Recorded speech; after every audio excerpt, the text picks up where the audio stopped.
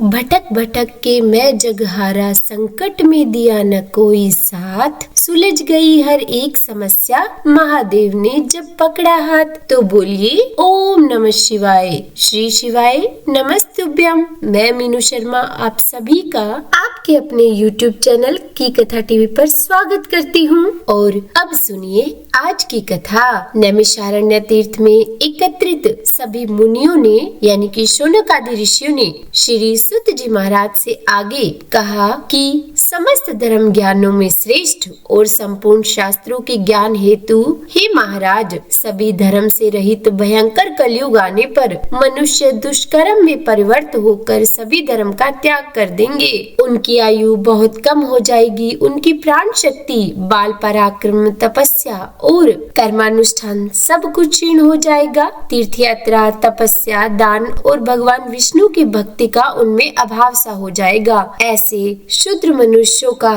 थोड़े ही प्रयास से किस प्रकार उद्धार हो सकेगा, इस बारे में भी हमें बताइए। तब श्री सूत जी महाराज बोले कि हे महाभाहो, आप सभी को साधुवाद है। आप सदा दूसरों के हित में तत्पर रहते हो। भगवान विष्णु की भक्ति में आसक्त होने के कारण आपके मन का मैल धुल गया है। संसार में साधु पुरुषों का संग बड़ा ही दुर्लभ है। वह देहाभिमानी अजितात्मा पुरुषों की संचित पाप राशि को हर लेता है और अधिक पुण्य के कारण उन्हें उत्तम गति भी प्रदान करता है। तीनों लोकों के मनुष्यों के लिए सत्संग सबसे दुर्लभ है। वह कर्म पाश से पीड़ित मनुष्यों की आंतरिक बंधन आदि को दूर करता है। बहुत कम बोलने वाले और एकमात्र भगवान का भजन करने वाले लोगों को उच्च पद प्रदान करता है और जन्म मृत्यु के चक्र से थके हुए मनुष्यों को चिर विश्राम की प्राप्ति कराने का कारण होता है। हे शौनक जी,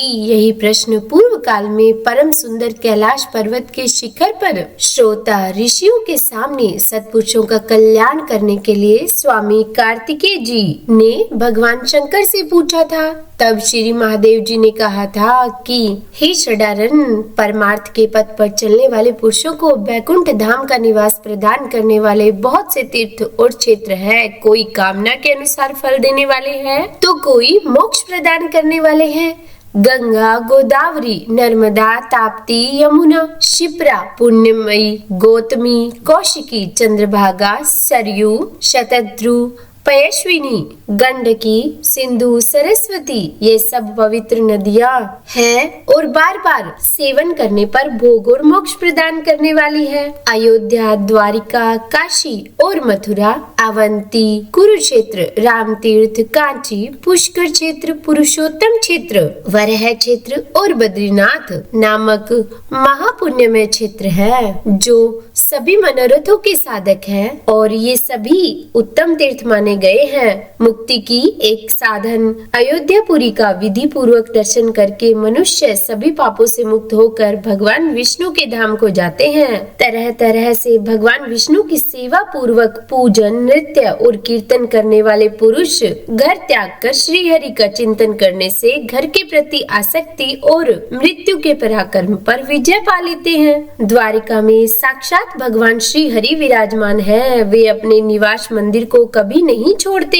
हे कार्तिकेय, गोमती में स्नान करके भगवान श्री कृष्ण के मुखारविंद का दर्शन करने से बिना ज्ञान के ही मनुष्य की मुक्ति हो जाती है। अस्सी और वरुणा के बीच में 5 कोस तक वाराणसी क्षेत्र है। वहाँ मणिकर्णिका, ज्ञानव्यापी, विष्णु पादों तक और पंचनद कुंड अर्थात पंचगंगा में स्नान करके मनुष्य पुनः माता के स्तनों का दूध नहीं पीता है। और उसके बाद महादेव जी ने कार्तिकेय जी से कहा कि यह जो पंचगंगा में स्नान करके मनुष्य पुनः माता के स्तनों का दूध नहीं पीता है, किसी प्रसंग से भी काशी में विश्वनाथ जी का दर्शन करके मनुष्य को जन्म मृत्यु रहित मुक्ति प्राप्त हो जाती है।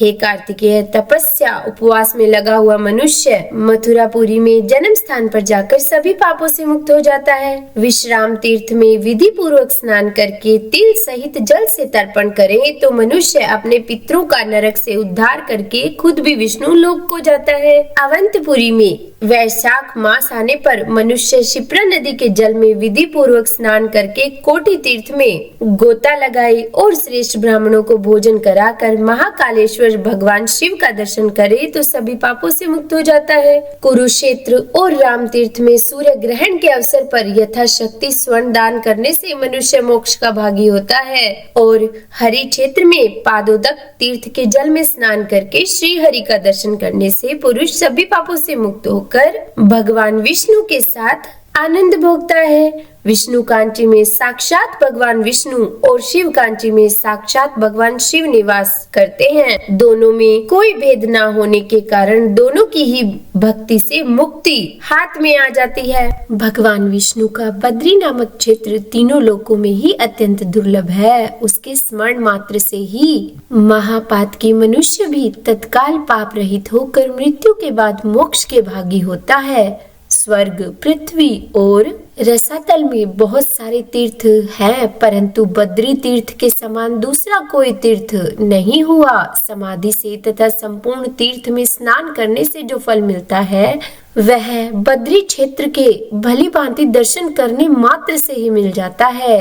तब स्कंद भगवान ने पूछा कि हे प्रभु, यह क्षेत्र कैसे उत्पन्न हुआ? किन लोगों ने इसका सेवन यानी कि इसका दर्शन किया है और इस क्षेत्र के अधिपति कौन है? यह सब बातें मुझे विस्तार पूर्वक बताइए। तब भगवान शिव इस प्रकार कहने लगे कि हे कार्तिकेय, यह बद्री क्षेत्र अनादि सिद्ध है। अब जैसे वेद भगवान के शरीर है उसी प्रकार ये भी है और इस क्षेत्र के अधिपति साक्षात भगवान नारायण है। नारद आदि महर्षियों ने इस तीर्थ का दर्शन किया है, सेवन किया है। काशी में श्री पर्वत के शिखर पर और कैलाश में पार्वती सहित मेरी जैसी प्रीति है उसे अनंत गुनी मेरी बद्री क्षेत्र में है। अन्य तीर्थ में अपने धर्म का विधि पूर्वक पालन करते हुए मनुष्य यदि मृत्यु को प्राप्त होता है तो उसे मुक्ति मिल जाती है, लेकिन बद्री क्षेत्र के दर्शन मात्र से ही मनुष्य को मुक्ति उसके हाथ में ही आ जाती है। जहाँ साक्षात भगवान नारायण के चरणों का सानिध्य है, जहाँ साक्षात अग्निदेव का निवास है और केदार रूप से मेरा लिंग प्रतिष्ठित है, वह सब बद्री क्षेत्र के अंतर्गत है। केदार के दर्शन, स्पर्श और भक्ति भाव से पूजन करने पर कोटि कोटि जन्मों का पाप तुरंत ही भस्म हो जाता है। उस क्षेत्र में विशेषतः मैं अपनी सभी कलाओं में स्थित रहता हूँ। पूर्व काल में नैष्ठिक ब्रह्मचार्य का पालन करने वाले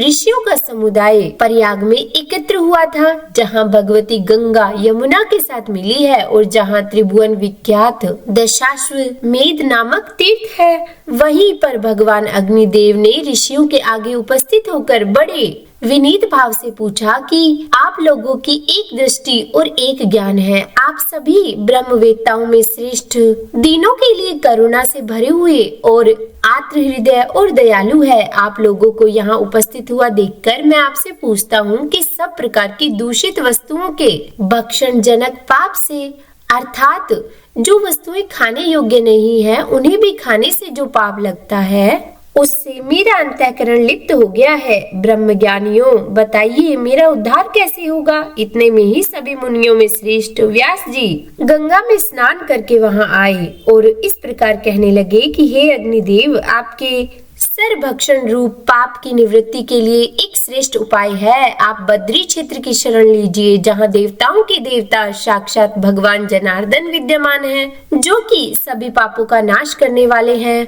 वहाँ गंगा जी के जल में स्नान करके भगवान की परिक्रमा और दंडवत प्रणाम करने से सभी पाप नष्ट हो जाते हैं। तब अग्निदेव उत्तर दिशा की ओर मुंह करके गंधमादन पर्वत पर आए और बद्री तीर्थ में पहुंचकर गंगा जी के जल में स्नान करके भगवान नारायण के आश्रम पर गए। वहां भगवान को प्रणाम करके उन्होंने भक्ति पूर्वक उनकी स्तुति की कि जो विशुद्ध विज्ञान घन स्वरूप पुराण पुरुष सनातन प्रजापतियों के पति सबके गुरु, एक होते हुए भी अनेक रूपों को धारण करने वाले और संपूर्ण जगत के एकमात्र स्वामी है और शेषनाग की सैया पर शयन करने वाले उन शुद्ध बुद्धि नारायण को मैं नमस्कार करता हूँ, जो अपनी मायामयी शक्ति का आश्रय लेकर संसार की सृष्टि करने के उद्देश्य से रजोगुण से युक्त ब्रह्मा जी का रूप धारण करते हैं और सत्व गुण से युक्त होकर इस जगत की रक्षा में कारण बनते हैं और तमोगुण से युक्त होकर इस विश्व के भयंकर संहारकारी रुद्र बने हुए हैं। उन त्रिभुज रूपधारी भगवान की मैं स्तुति करता हूँ। इस प्रकार स्तुति किए जाने पर सर्वंतर्यामी भगवान विष्णु प्रसन्न होकर पवित्रता की इच्छा रखने वाले अग्निदेव से बड़ी मधुर वाणी में बोले, हे अनग, तुम्हारा कल्याण हो, तुम कोई वर मांगो, मैं तुम्हें वर देने के लिए ही आया हूँ और तुम्हारी स्तुति से बहुत प्रसन्न हूँ। तब अग्निदेव बोले कि हे प्रभु, मैं जिस उद्देश्य से आया हूँ वह सब आपको पता ही है, फिर भी कहता हूँ और इस रूप में आप जगदीश्वर की आज्ञा का पालन भी करता हूँ। हे प्रभु, मुझे तो सर्वभक्षी होना पड़ता है, किंतु मेरे इस दोष का निवारण कैसे होगा, यह सोचकर मुझे अत्यंत ही भय हो रहा है। तब भगवान नारायण कहने लगे कि इस क्षेत्र का दर्शन करने मात्र से ही किसी भी प्राणी का कोई भी पाप शेष नहीं रह जाता। मेरी कृपा से तुम भी कभी पाप का संपर्क नहीं करोगे। तब से लेकर सभी दोषों से रहित अग्निदेव यहाँ पर अपनी कला से विराजमान है। जो प्रातः काल उठकर पवित्र भाव से इस प्रसंग को सुनता और सुनाता है, वह निश्चय अग्नि तीर्थ में स्नान करने का फल प्राप्त करता है। तो बोलिए हर हर महादेव। आज का यह अध्याय समाप्त हुआ। अगर आपको यह वीडियो पसंद आई हो तो मुझे कमेंट करके जरूर बताइएगा और अगर आप चैनल पर नए हैं तो सब्सक्राइब भी कर ही दीजिएगा।